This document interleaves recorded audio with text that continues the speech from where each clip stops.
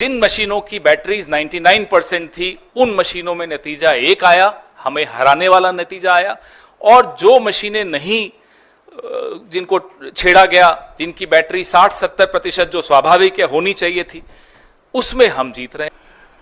हरियाणा के चुनाव के नतीजे अप्रत्याशित हैं, आश्चर्यजनक हैं और इसको हम स्वीकार नहीं कर सकते, क्योंकि ये लोकतंत्र की हार हुई है और तंत्र की जीत हुई है।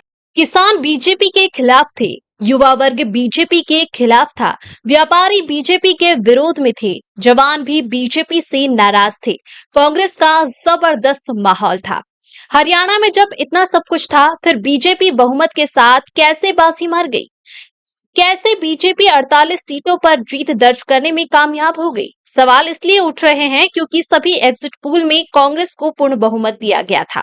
कई एग्जिट पोल में कांग्रेस को 60 से ज्यादा सीटें दी गई थी। फिर बाजी रातों रात कैसे पलट गई? कांग्रेस और दूसरे विपक्षी दलों का आरोप है कि सारा खेल ईवीएम ने खराब किया है, वोटों की धांधली हुई है। इस आरोप के पक्ष में नेताओं का कहना है कि कई जगह ईवीएम की बैटरी 99% तक चार्ज मिली। इससे वोटों की धांधली का आरोप लगाया जा रहा है। पानीपत शहरी कॉन्स्टिट्यूएंसी की काउंटिंग चल रही थी।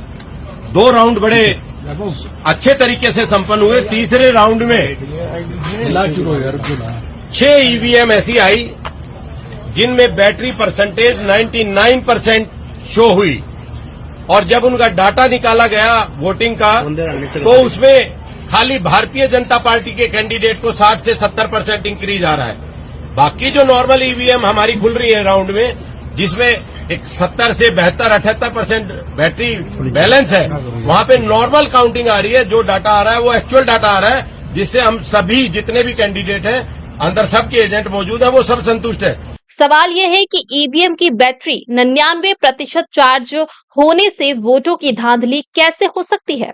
तो वजह ये कि वोटिंग 5 अक्टूबर को हुई थी, जबकि काउंटिंग 8 अक्टूबर को, यानी करीब 60 घंटे बाद।